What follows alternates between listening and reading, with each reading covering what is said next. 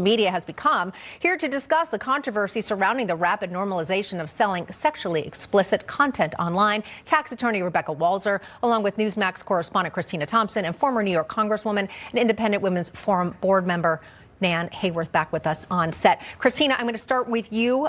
This has become, I would say, OnlyFans when it first launched. It's an English site, and it was very much sexually focused. Now it has evolved. Content creators are actually leaving their day jobs just because they're making six figures monthly on this platform, but not all of the content is sexually explicit. Where do you stand with OnlyFans? I mean, OnlyFans gets a bad rep, but look at TikTok, Instagram, really anything that you're on, of course, if you're using it for the wrong reasons, would also get a bad rep, has the potential to become very dangerous. I think it's quite sad, if these women have no other opportunities, no other means, if they're turning it to it for this sexually explicit content, then obviously that's heartbreaking. You never want to see women make a choice based off of because they simply have no other choices.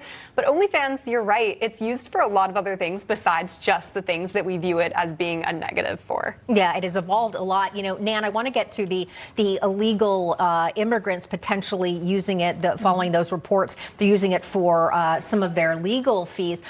It's like, oh, fine, but then I also wonder, okay, well, are they going to pay taxes on it? I mean, how does that play out? Again, to Christina's point, I never want anyone to, especially a woman, to feel forced to use her body simply to make money. But also, the content is completely controlled by the content creator. Yes, well, such things used to be controlled by men's publications, didn't they? That's right. Playboy and Penthouse and many, many others.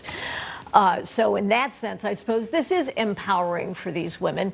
The legal and tax implications for women who are doing their OnlyFans content from the position of being illegally present in the United States is, of course, another issue.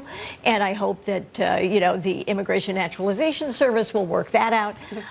But in principle and in concept, I don't have an opposition to them making money this way. It's their choice. Yeah, exactly. I think it's different. This is not a situation where women are being forced by men or anyone else, frankly, to do anything they don't want to. I actually read an article recently about a 21-year-old woman who quit her job as she was studying to become a dental hygienist, and her parents both had significant medical issues, so she started an OnlyFans account. Her content is actually cute. It's not even it's not risque. It's not like something you'd actually see on like Instagram or TikTok. Are feet involved? Exactly. I didn't see any feet. They're also feet platforms. But the point is, she said, the fact that I can help my parents cover all their medical bills, and I also have a great life based on the content I want to create is empowering. And there's also something to that. To Nan's point, we didn't always see this type of content or any content governed by anyone else except for men's publications or strip clubs or anything else like that. Yeah.